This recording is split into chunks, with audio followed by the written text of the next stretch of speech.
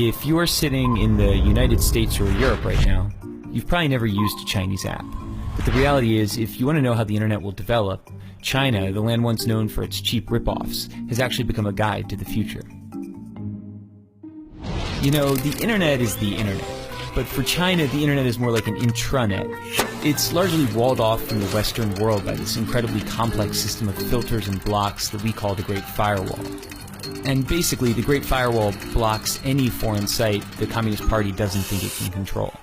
So that means there is no Facebook, no Twitter, no Google.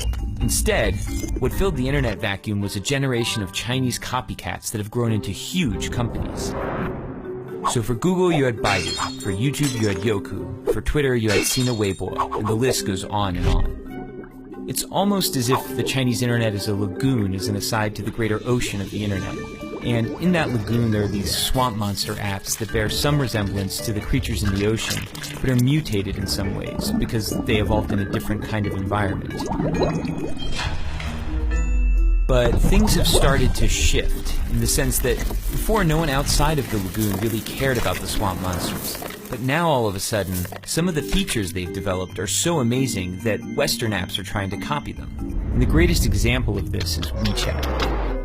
WeChat is an example of, for lack of a better word, a super app.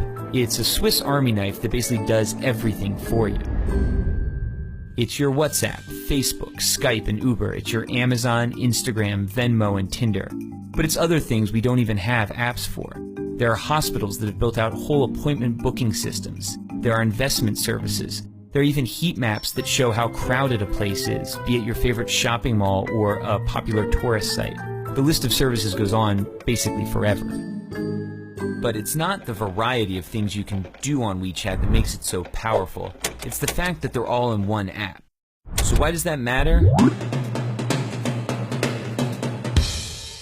Hypothetically, imagine you're sitting at home and one day you notice your corgi is dirty. You open WeChat, hit a few buttons, and a few hours later a man shows up at your door with some shampoo and a big vacuum. Your dog gets cleaned and he looks great. You take a photo, you share it with your friends, and tag the dog cleaning business. You haven't left the app. Your friend who likes Hello Kitty and works a boring office job is slacking off at work and looking at WeChat. She sees the photo of your clean corgi. She decides she wants her poodle clean. She clicks the tag on your photo and orders the same service.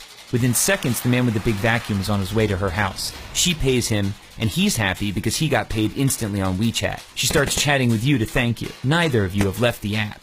While chatting, she tells you about a new hip noodle joint. She says, you have to come. It's a schlep, but you accept. She orders food while still at her desk. You order a taxi. She pays for the food. On the way to her house, the man with the big vacuum invests the money he earned from both of you into a wealth management product that's probably a little too risky. Neither of you nor the man with the big vacuum have left the app. Both of you arrive and the app tells the kitchen you're there. Your WeChat profile photo pops up on the wall. It's an old photo from the year you had that weird part in your hair. Of course she makes a comment. Your food is served. You notice your meat is a bit overcooked, so you snap a photo and post a disparaging restaurant review. You're already on your phone and you remember you still owe your friend money because she paid. You transfer her money. Neither of you, the man with the big vacuum, nor the restaurant have left the app. At the restaurant there are no menus, there are no waiters, there is no cashier. There is only WeChat. By rolling so many functions into one single app, it's altered the concept of virality. It's no longer just videos or images or tweets that can go viral. It's a dog washer, noodles, all sorts of companies and products that get the push of a social network. Here in China, that network is 700 million people. Sounds great, right?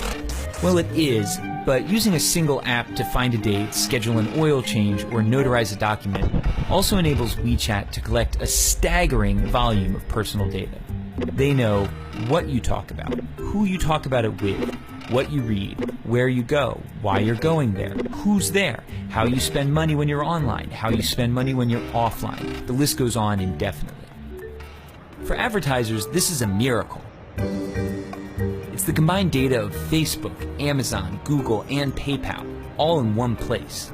The problem is, all of the data is information Chinese companies are forced to share with the Chinese government, which has a long record of human rights violations, and isn't exactly shy about stalking its citizens. So if you're not in China, why does this matter? It matters because we're starting to see a number of Western tech companies attempt to replicate super apps like WeChat. For the companies, it's incredibly powerful, and for you and me, it's a convenient and even transformative technology. But of course, it could also be problematic. Concentrating so much data in so few hands could lay the groundwork for an Orwellian world where companies and governments can track every single movement you make.